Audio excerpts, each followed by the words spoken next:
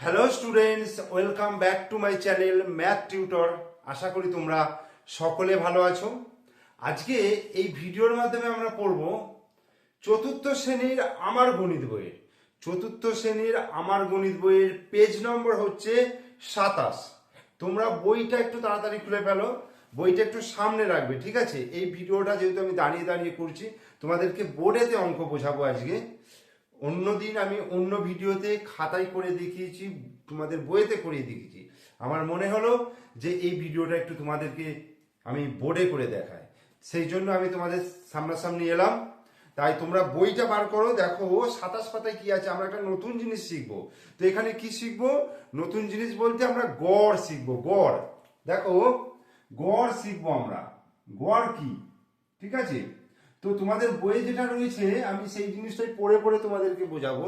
দেখো তোমরা 27 পাতাটা খোলো, কি আছে বলছে, প্রতিদিন আমরা সবাই প্রথম বেঞ্চে বসতে চাই, কিন্তু দিদিমণি বলেছেন আমরা যেন প্রতি বেঞ্চে গড়ে 5 জন করে ছাত্রছাত্রী বসি।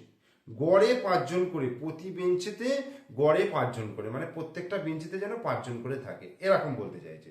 তো আজ আমরা এভাবে বসেছি। দেখো প্রথম বেঞ্চে বলে দিয়েছে, দেখো প্রথম বেঞ্চে কতজন বসেছে। দেখো প্রথম বেঞ্চে বসেছে 6 জন, ঠিক আছে? এইভাবে 2 নম্বর বেঞ্চে দেখো কতজন বসেছে। 2 নম্বর বেঞ্চে বসেছে 5 জন। 3 নম্বর বেঞ্চে বসেছে কতজন? 5 জন। 4 নম্বর বেঞ্চে বসেছে 4 জন। আর 5 নম্বর বেঞ্চে বসেছে কজন? 5 জন, ঠিক আছে? তো তোমাদের বইতে এরকম দিয়ে আছে যে প্রথম বেঞ্চে কতজন বসেছে? 6 জন বসেছে। দ্বিতীয় বেঞ্চে কজন? 5 জন আছে। তৃতীয় বেঞ্চে কজন আছে? 5 জন আছে। চতুর্থ বেঞ্চে আছে 4 জন আছে। আর পঞ্চম বেঞ্চে কতজন আছে?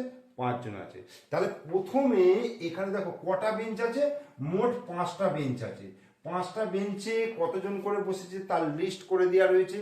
প্রথমে আমাকে যেটা বার করতে হবে সেটা হচ্ছে মোট কতজন, মানে 5টা বেঞ্চে মোট কতজন। দেখো আমরা তাহলে কি হবে, আমরা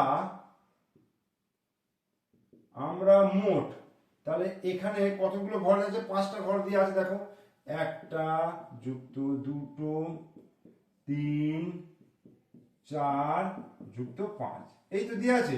তাহলে এই 5টা এতে মোট কতজন হবে আমাকে দেখতে হবে। তাহলে আমরা মোট কতজন? দেখো এখানে 6 জন রয়েছে, এখানে কজন আছে? 5 জন রয়েছে, এখানে আছে 5 জন, এখানে আছে 4 জন, আর এখানে আছে 5 জন। ওকে, এইবার এইগুলোকে আমি যোগ করতে হবে। দেখো কিভাবে যোগ করব। 5 5 10, 3 5 15, 3টে 5 যোগ করলে 3 5 15 হয়।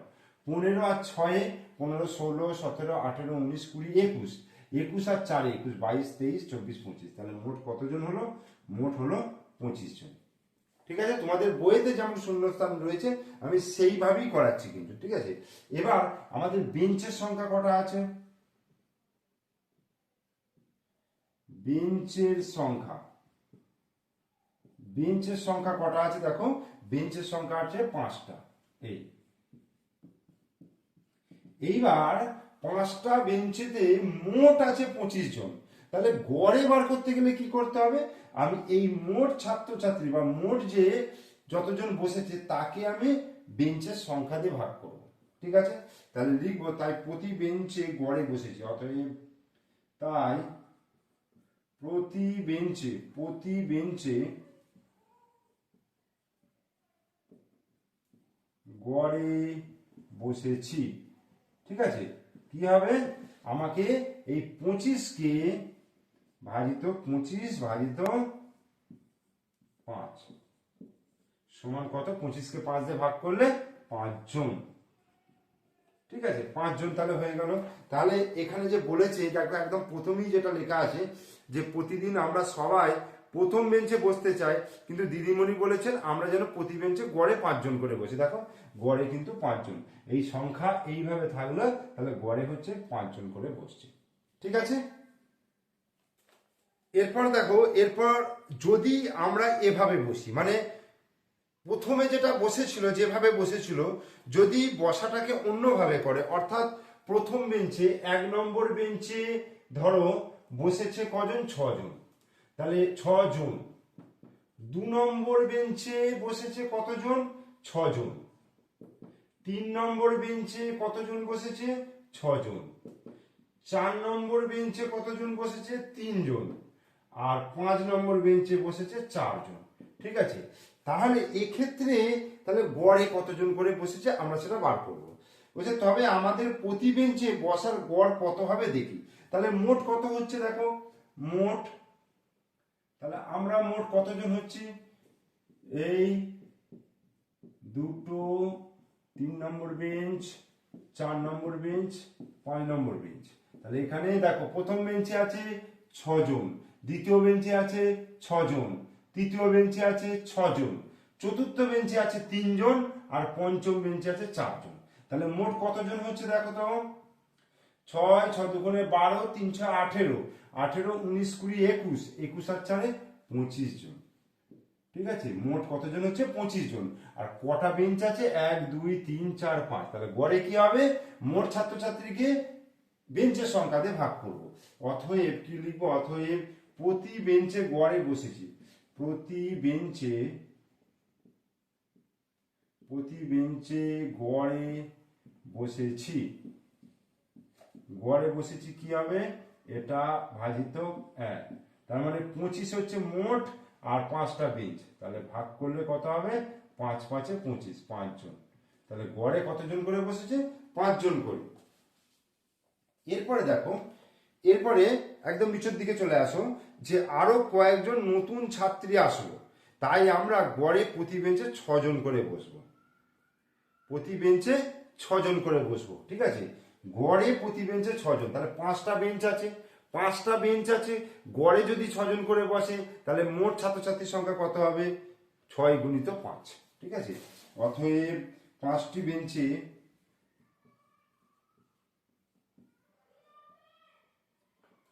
বেঞ্চে মোট কতজন হবে, তাহলে 6 গুণিত, গড়ে 6 জন করে, আর 5টা বেঞ্চ আছে, 6 গুণিত 5 মানে 5 6 30 জন, মোট 30 জন হয়ে যাবে। ঠিক আছে, এবার তোমরা পরের পেজে চলে আসো, অর্থাৎ 28 পাতায় দেখো। 28 পাতায় কি রয়েছে, যদি এভাবে বসি, মানে প্রথম বেঞ্চে ধরো 6 জন হয়েছে, প্রথম বেঞ্চে 6 জন, দ্বিতীয় বেঞ্চে যদি 6 এর জায়গায় যদি 5 জন বসে, আচ্ছা এটা এখানে রয়েছে, এটা থাক। দেখো এটাকে যদি নতুন ভাবে সাজিয়ে লেখে, প্রথম বেঞ্চে ধরো 6 জন বসছে, দ্বিতীয় বেঞ্চে ধরো 5 জন বসলো, তৃতীয় বেঞ্চে 6 জন বসলো, চতুর্থ বেঞ্চে 3 জন বসলো, আর পঞ্চম বেঞ্চে কেউ বসলো না, 0। তাহলে এখানে কি হবে, প্রথম 4টি বেঞ্চে, প্রথম 4টি বেঞ্চে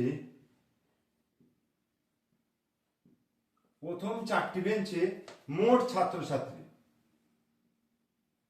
মোট ছাত্রছাত্রী প্রথম 4টি বেঞ্চে কত কত আছে দেখো, 6 আছে 6 জন যুক্ত, তারপরে কজন আছে 5 জন, তারপরে দেখো 6 জন, তারপরে দেখো 3 জন। ঠিক আছে, তাহলে কত হলো, 6 আর 5 11, 11 আর 6 হচ্ছে 17, 17 18 19 20, 20 জন এটা রয়েছে। এই এরপরে বলছে, তাহলে প্রথম 4টি বেঞ্চের প্রতি বেঞ্চে গড়ে, প্রথম 4টি বেঞ্চের, অতএব দেখো লেখাটা, তাই প্রথম 4টি বেঞ্চের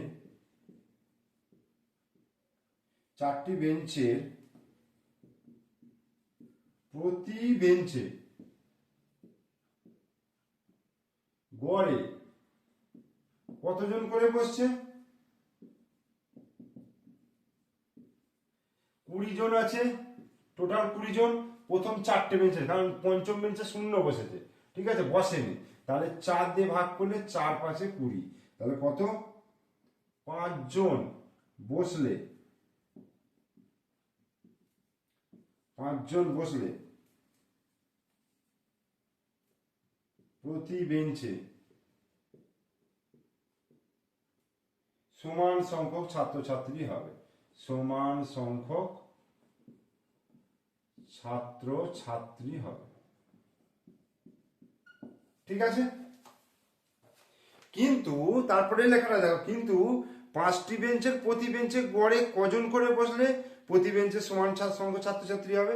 লাস্টের যে লেখাটা দেখো, প্রতি বেঞ্চে যদি 5টা বেঞ্চের হয়, এটা 4টে বেঞ্চের করেছি, 5টা বেঞ্চের করতে গেলে কি করতে হবে দেখো, 20 ভাজিত তাহলে 5 হবে সমান 4 জন করে। ঠিক আছে, যদি 5টা বেঞ্চে বসাতে চায় তাহলে গড়ে করতে হবে 4 জন করে, আর যদি 4টে বেঞ্চের ক্ষেত্রে হয় তাহলে 5 জন করে বসলে প্রতি বেঞ্চে সমান সংখ্যক ছাত্রছাত্রী হবে। ঠিক আছে, এবার আমরা 28 পাতার 1-এর দাগের অঙ্কে চলে আসছি। 1-এর দাগ দেখো, বলছে আমরা 5 জন বন্ধু মিলে মুড়ি মাখা খাবো। ঠিক আছে, তোমরা নিজেরা 5 জন বন্ধুকে ভেবে নাও যে 5 জন বন্ধু মিলে মুড়ি মাখা খাবো। তো মুড়ি 15 টাকার, চানাচুর 12 টাকার, সিঙ্গারা 5 টাকার, সর্ষের তেল, পেঁয়াজ, কাঁচা লঙ্কা 3 টাকার কিনবো। তাই আমরা প্রত্যেকে গড়ে কত টাকা করে চাঁদা তুলবো। তাহলে আগে মোট খরচটা কত হয়েছে বার করতে হবে। ঠিক আছে, আর 5 জন বন্ধু মিলে গড়ে কত করে দেবে বার করবো। তাহলে দেখো 1-এর দাগের অঙ্কটা, মুড়ি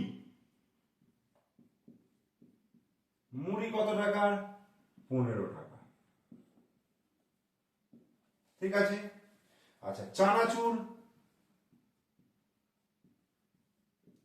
চানাচুর হচ্ছে 12 টাকা। মুড়ি 15 টাকা, চানাচুর 12 টাকা, সিঙ্গারা 5 টাকা। আর বাকি সব মানে তেল, পেঁয়াজ, সর্ষের তেল, আচ্ছা আমি তেল লিখছি, তেল যুক্ত পেঁয়াজ আর হচ্ছে কাঁচা লঙ্কা, লঙ্কা মোট কত টাকা বলছে, 3 টাকা। তাহলে এইখানে আমাকে বার করতে হবে মোট খরচ। দেখো মোট খরচ, মোট খরচ কত, 3 আর 5-এ, 5 আর 3 8, 8 আর 2 10, 10 আর 5-এ 15 আর 5 হাতে 1, তাহলে 1 আর 1-এ 2 আর 1-এ 3, তাহলে 35 টাকা। তাহলে 35 টাকা মোট খরচ হয়েছে। এই খরচটা কজন বন্ধু মিলে করবে, এই খরচটা করবে 5 জন বন্ধু মিলে। ঠিক আছে, তাহলে প্রত্যেককে কত করে দিতে হবে, অতএব প্রত্যেককে কি লিখবো, যে আমরা প্রত্যেকে গড়ে, আমরা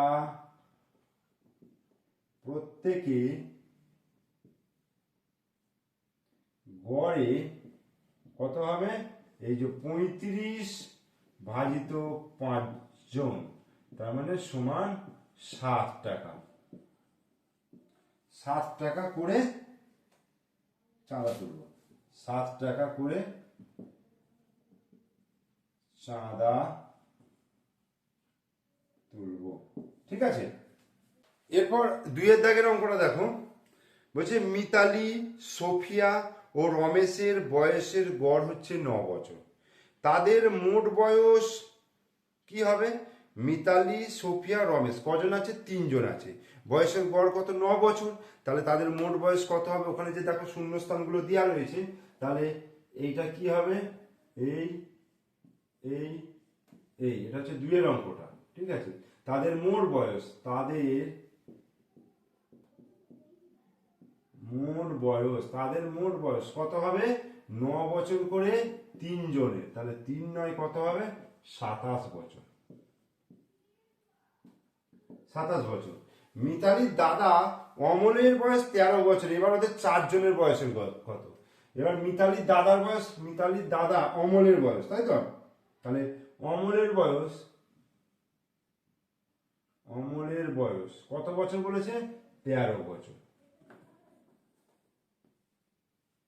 13 বছর। তাহলে 4 জনের মোট বয়স, দেখো 4 জনের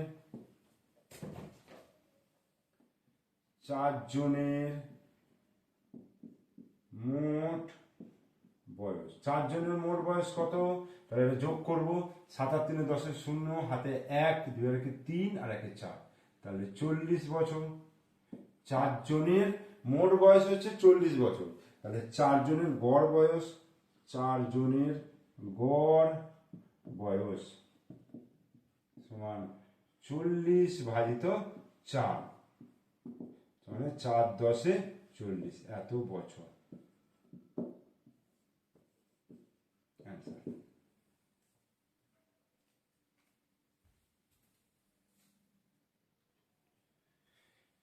এরপরে দেখো, এরপরে যে দেখো 3 দাগের অঙ্কটা, যে সন্দেশের অঙ্ক রয়েছে, এই সন্দেশের অঙ্কটা প্লেটে যে সন্দেশ রয়েছে সেগুলো গুনতে হবে।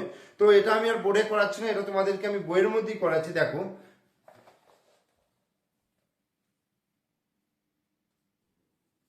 তো দেখো এখানে কি আছে, সন্দেশ দেখো প্রথম প্লেটের সন্দেশ কতগুলো আছে, 1টা 2টো 3টে 4টে 5টা 6টা 7টা 8টা, তাহলে 8টা সন্দেশ আছে, তাই তো।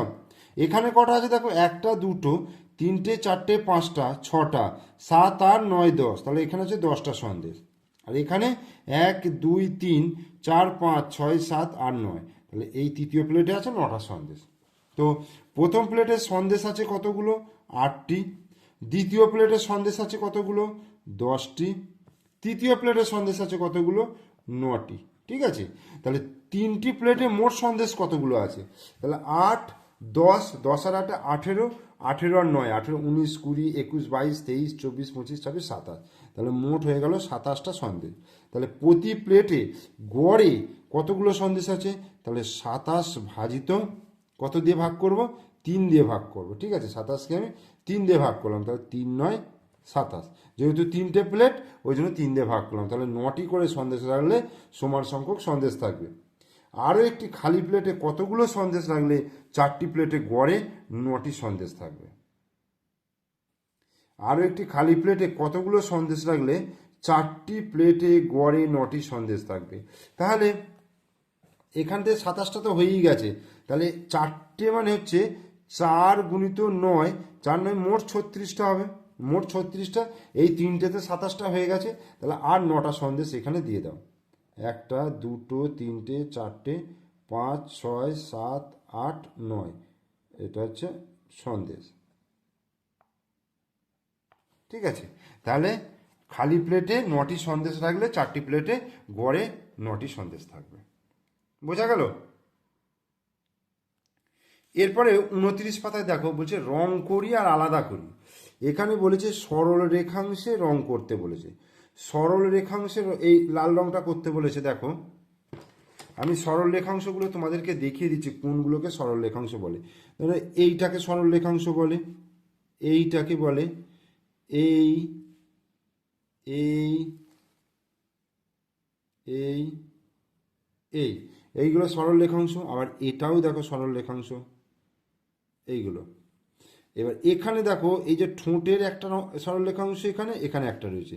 পায়ের দিকে দেখো এই একটা রয়েছে। এইখানে লেজের দিকে দেখো এই গেল আর এইগুলো হচ্ছে একটা সরল রেখাংশ। ঠিক আছে, এবার বক্ররেখায় এই চিহ্ন দাগ দিতে বলেছে। বক্ররেখায় দেখো বক্ররেখা কোনগুলো, এই গোল গোলগুলো বক্র, তাহলে এইটা এইটা এইটা এইটা আর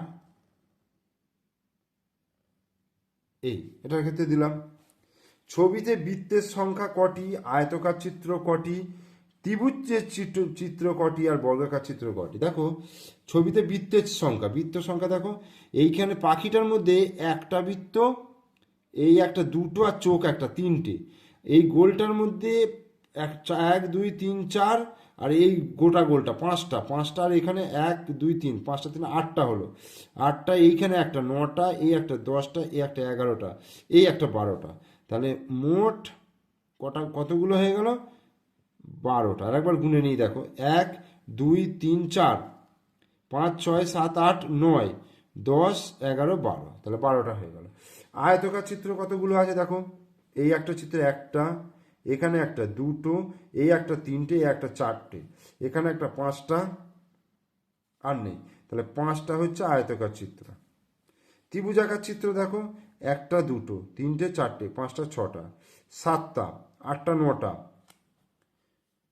10টা 11টা 12টা, এইটা হবে না, 12টা।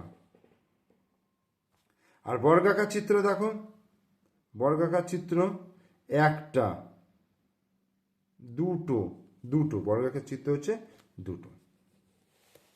এই ছবিগুলির মধ্যে যেগুলো কিছু জায়গা ঘিরতে পেরেছে সেগুলো আঁকি। দেখো এইটা এইভাবে টানা হয়েছে মানে এ কোনো জায়গাকে ঘিরতে পারেনি, এটাও কিন্তু ঘিরতে পারেনি, এটা কিন্তু ঘিরেছে, দেখো কিছু জায়গা কিন্তু ঘিরেছে, তাই না? এটাও কিন্তু কিছু জায়গা ঘিরেছে, মানে মুখটা বন্ধ থাকবে। আমি একটা জায়গা থেকে স্টার্ট করলাম, সেই জায়গায় এসে শেষ করতে হবে, তবে মুখটা বন্ধ হবে। বুঝতে পেরেছো? এবার সরল রেখাংশ দিয়ে কিছু ছবি আঁকো যেগুলো কোনো জায়গা ঘিরতে পারেনি। তাহলে এই একটা চিত্র, তারপরে এইভাবে দিলাম, এই এই এই রকম একটা চিত্র হতে পারে, এটা কোনো জায়গা ঘিরে নে। তারপরে ধরো এই এই এই এই এই এইটা একটা চিত্র, এটাও কিন্তু কোনো জায়গায় ঘিরে নে। এইবার শুধুমাত্র বৃত্তে দিয়ে কিছু চিত্র আঁকি। দেখো বৃত্ত দিয়ে কিছু চিত্র এঁকেছি, এখানে তোমরা নিজেরাই এরকম বৃত্ত চিপ দিয়ে কিছু ছবি তোমরা আঁকবে, ঠিক আছে? এগুলো তোমাদের কাজ রইল।